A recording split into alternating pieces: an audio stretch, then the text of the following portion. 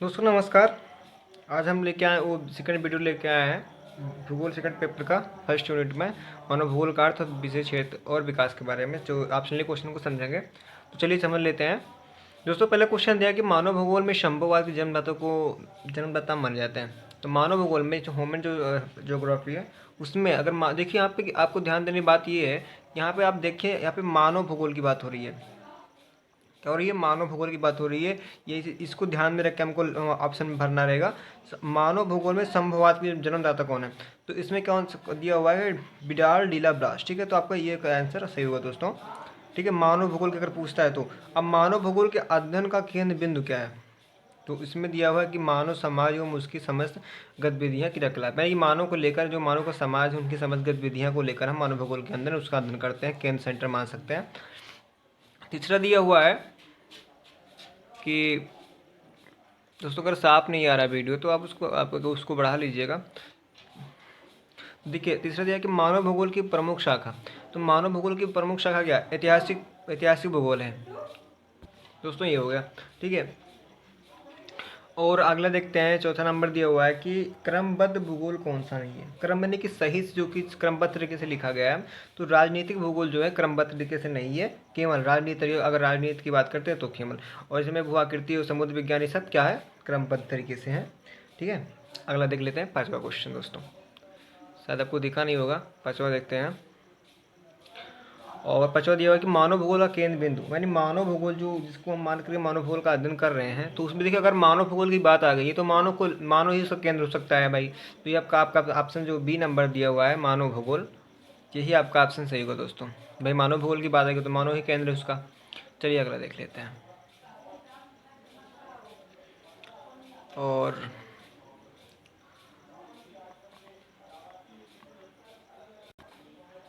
तो अब देखते हैं मानव भूगोल के सिद्धांत हैं। तो विकास एवं सक्रियता, वातावरण समायोजन, पार्थिव एकता। आपको क्या करना है कि सही समझ करके आपको ऑप्शन में भरना, ओ एम आर शीट में भरना है। ठीक है, और अगर आपको ओ एम आर शीट भरनी नहीं आती तो आप कमेंट में लिखिएगा, हमको ओ एम आर शीट जो होती है भरना बता देंगे, क्योंकि बहुत से पेपर में बहुत से बच्चे गलत कर देते हैं, कभी डांट पड़ती है उनको, तो हम बता देंगे आपको। तो दोस्तों इनमें से सभी, ठीक है सभी है। आगे देखते हैं। सातवां क्वेश्चन दिया कि आर्थिक भूदृश्य का सिद्धांत प्रतिपादित किया गया। तो ये किसने किया था, आप पूछ रहे हैं। तो लोएस महोदय द्वारा। ठीक है, आर्थिक भूदृश्य का सिद्धांत तो इसको लोएस महोदय द्वारा किया गया था। चलिए अगला देख लेते हैं। इसमें दिया है कि कुमारी सैम्पुल किसकी शिष्या थी? तो दोस्तों रेड जल की थी। ठीक है, रेड जल काफ़ी मतलब इसमें अगर देखा जाए भूगोल में काफ़ी प्रसिद्ध एक चर्चा व्यक्ति हैं। तो रेड जल जो है इसका कुमारी सैम्पुल उन्हीं की शिष्या थी। चलिए आगे देख लेते हैं। तो जीन ब्रून्स किसके शिष्य थे? तो जीन ब्रून्स किसके शिष्य थे दोस्तों? तो आपको वो इसमें सही से समझना होगा। तो विडाल डीला ब्लास, तो उनके शिष्य थे। ठीक है, दसवां देख पारिस्थितिकी में जीव तथा मानव के किस प्रकार में संबंधों का अध्ययन किया जाता है? तो इसमें पारस्परिक अध्ययन, ठीक है, पारस्परिक किया जाता है दोस्तों। और इसको हृदय स्थल सिद्धांत के प्रतिपादक हैं। तो इसमें आप देख रहे हो कि जॉन मैकेंडर, काफ़ी प्रतिपादक का नाम आएगा, लेकिन आपको ये पढ़ समझ के पढ़ना होगा, क्योंकि उसमें बहुत कंफ्यूज होना पड़ता है। काफ़ी प्रतिपादक हैं और काफ़ी सिद्धांत हैं। तो हृदय स्थल सिद्धांत जॉन मैकेंडर ने दिया। और 12 नंबर दिया कि मानव भूगोल अस्थायी और चंचल मानव के पारस्परिक परिवर्तन संबंधों का अध्ययन है। ये कथन किसका था? यानी कि आपने ये क्या चाहिए दोस्तों कि जितने भी इसमें भूगोल वेत्ता उन्होंने अपने अपनी इच्छा से भूगोल की परिभाषा बताई है। तो एक व्यक्ति जिसने दिया इस परिभाषा को, किसने दिया था? तो कुमारी सैम्पल ने परिभाषा भूगोल की परिभाषा को बताया था। तो मानव भूगोल अस्थायी और संचल मानव के पारस्परिक परिवर्तनशील संबंधों का अध्ययन है। ठीक है, तो ये कुमारी सैम्पल हो जाएगा। आगे देख लेते हैं। और शायद आपको दिख रहा होगा। ठीक है, उद्योगों का स्थानीयकरण का सिद्धांत किस? देखिए काफ़ी सिद्धांत हमको पढ़ना पड़ेगा। उद्योगों का स्थानीयकरण का सिद्धांत किस विद्वान द्वारा प्रतिपादित किया गया? तो बेवर। ठीक है, बेवर इसका हो जाएगा। 14 नंबर मॉडल भूगोल पर प्रकाश डाला गया। तो पीटर हैगेट योम सोल्ड। ठीक है, इनके द्वारा। आगे देखते हैं। ज्योग्राफी ऑफ स्पेटियल बेलविंग नामक पुस्तक के संपादक हैं। तो इसमें अल्बाम है, ठीक है। चलो आगे देखते हैं थोड़ा। तो ये क्वेश्चन देख लेते हैं 16 नंबर। अमेरिका भूगोलविदों की समिति कब गठित की गई? यानी कि अमेरिका में जो संगठन भूगोलविदों की संपत्ति जो समिति हुई थी, कब हुई थी? तो 1923 में हुई थी, ठीक है। इसको आपको याद रिकॉर्ड, मतलब अगर आप सीरीज पढ़ते हो तो पक्का पक्का आपको 400 से 500 के आसपास आ जाएंगे नंबर आपके, अगर आप सही से पढ़ते हो तो। वे सभी मानवीय क्रियाएं जो पृथ्वी तल पर विशेष प्रकार के भूदृश्य प्रस्तुत करती हैं मानव भूगोल की विषय वस्तु है, जिसकिस विद्वान का है। तो दोस्तों हमने बताया कि सभी विद्वानों ने अपना अपना भूगोल की परिभाषा दी, तो ये भी किस विद्वान ने दिया, ये पूछा है इसने। तो इसमें जीन ब्रूस ने परिभाषा दी थी। आगे हमने एक मारी सैम्पल ने दिया था एक परिभाषा, उसको हमने जाना। और ये दूसरे व्यक्ति थे जिन जीन ब्रूस ने परिभाषा दी है भूगोल की। चलिए अगला देखते हैं। और शायद इसमें कुछ दिख नहीं रहा हो शायद साहब। तो 18 देखते हैं कि मानव परिस्थिति की संकल्पना के प्रतिपादन का श्रेय किस देश की भूगोलवेत्ताओं को जाता है?